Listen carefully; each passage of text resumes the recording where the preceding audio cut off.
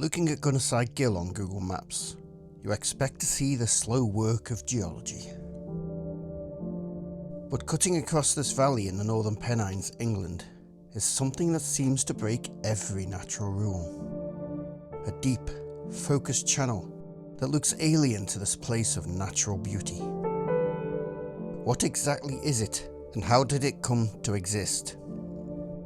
Answering those questions will lead into something much larger than I expected, because it turns out this feature is not alone. This is Rails and Revolutions, the history that built us, the forces that shaped us.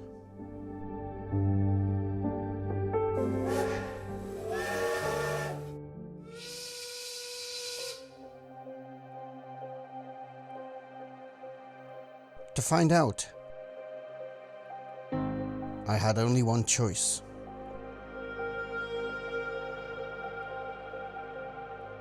I would have to leave the map behind and head into the valley itself. I travelled across the stunning landscape of the Northern Pennines towards the small village of Gunnerside. This is a place that rewards slowing down.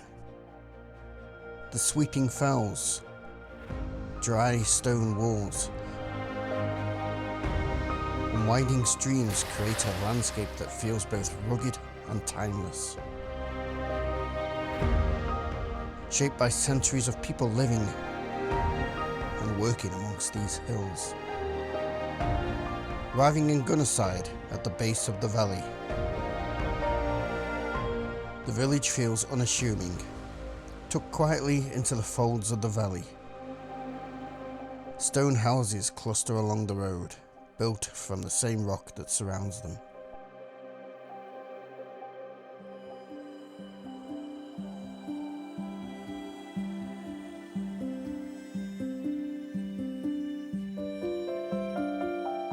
Leaving the village, the path rises into Gunnerside Gill itself, and the world begins to tighten around you.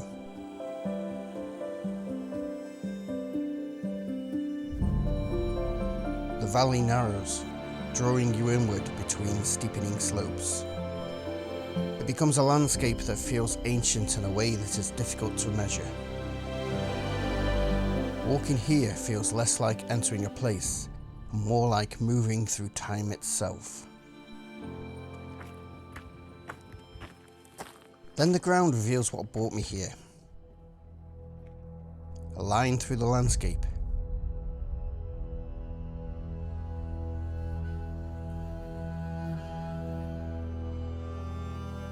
It cuts down the slope,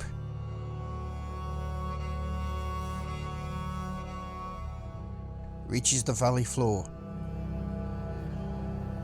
and rises again on the far side, running with a deliberate continuity that is hard to ignore. Some sections are tens of meters deep, wide enough to reshape the valley around them entirely, as if something here was not just cutting through the land, but actively reorganizing it. And then something else becomes visible.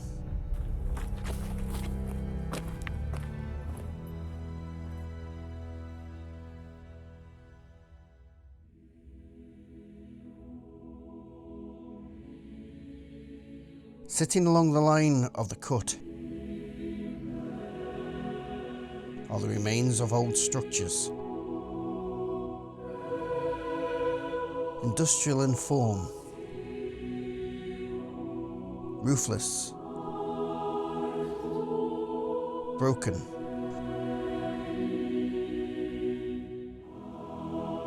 partly collapsed into the ground.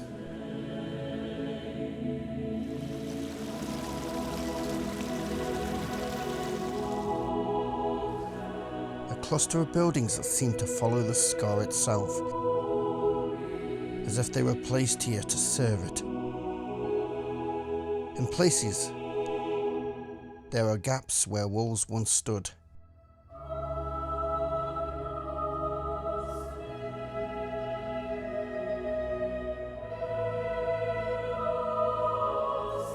and a dark opening.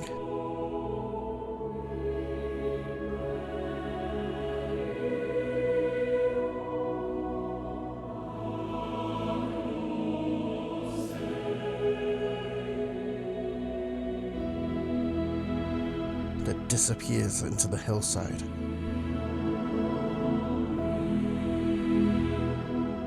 Why would a settlement or industrial site be positioned directly on top of something like this? Is it related to the scar or something else entirely?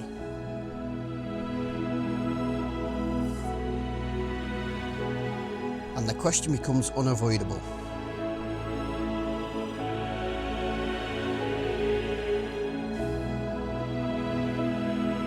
What kind of process behaves like this?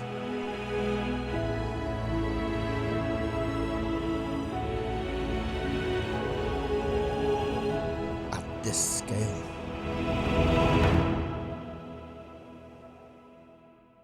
At first, you try to explain it away as something natural, perhaps a landslip or glacial movement from the last ice age, something that only resembles intention.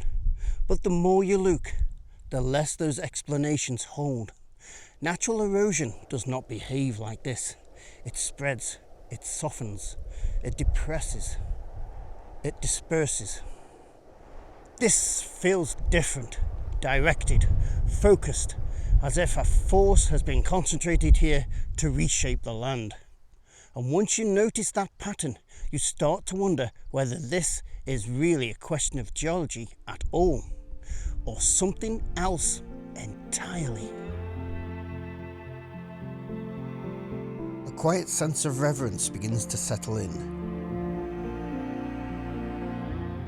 Not for scenery, but for the force that must have once moved through it. And then comes the shift, because when you stop reading the land as nature alone, another possibility begins to emerge. Buried in older surveys of the area, there is something that refuses to explain itself. A word that initially explains almost nothing, until you begin to read the landscape the way the early prospectors did. Hush. At first it feels almost absurd, as if the map itself is asking for silence. Or perhaps it is. And then you begin to find others elsewhere, marked in Colbury 30 miles to the north.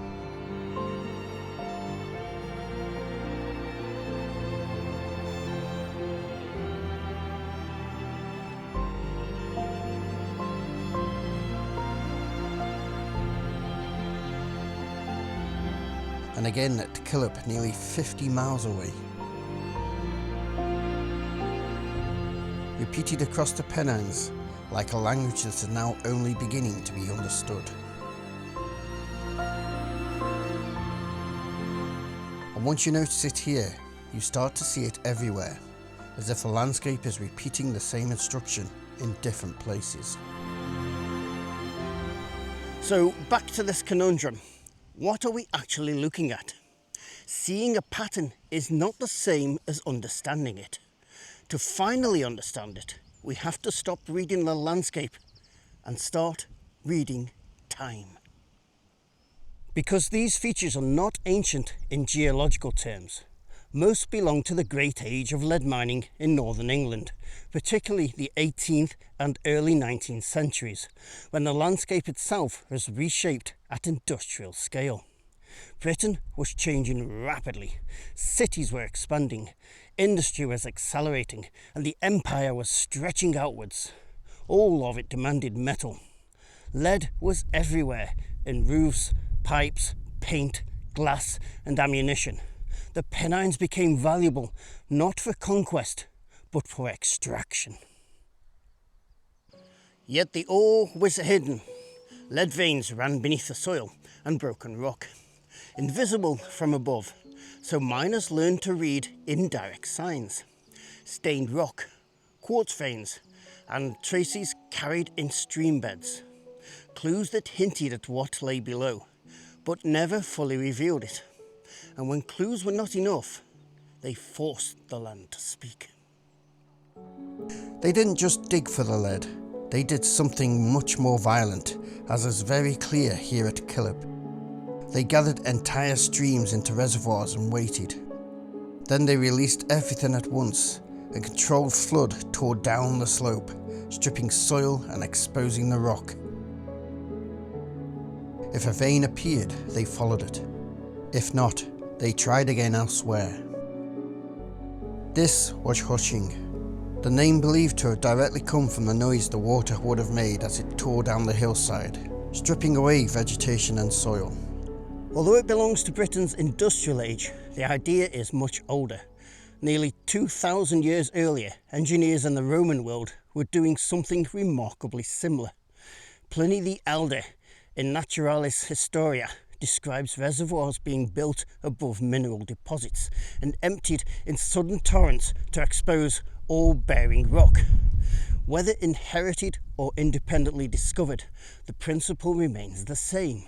Separated by nearly 2,000 years, but solving the same problem in the same way.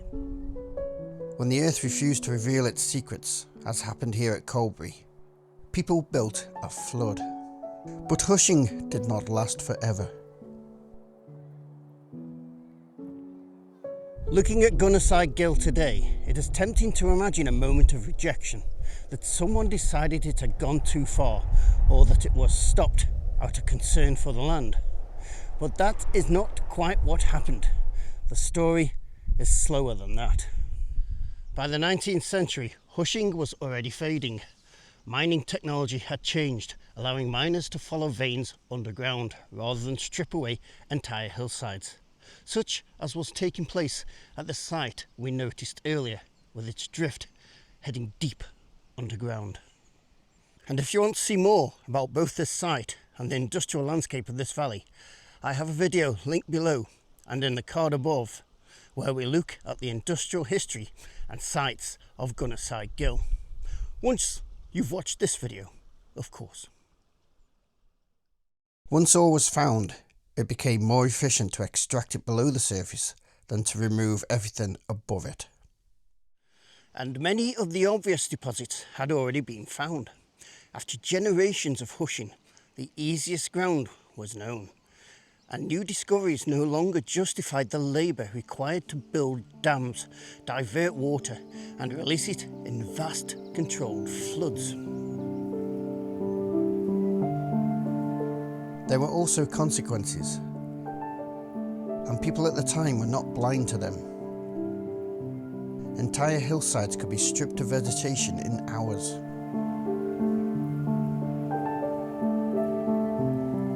Centuries of soil were carried into rivers, channels became choked with sediment, watercourses were divided, farmland was damaged and communities were affected downstream.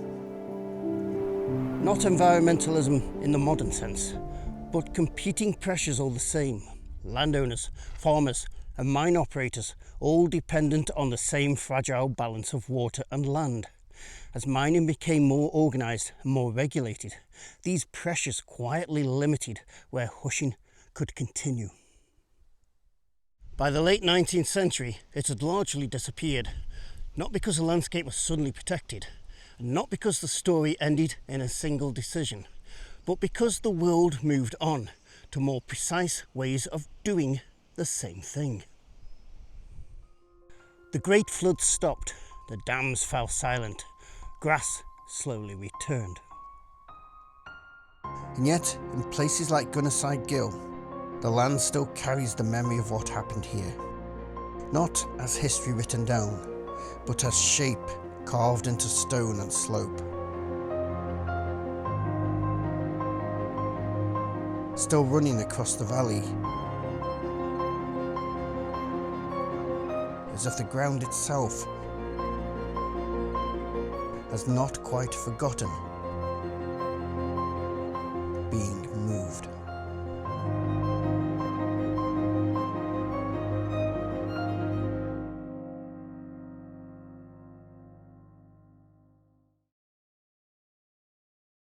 There's a hole in my pocket, Eliza, a hole. Hey!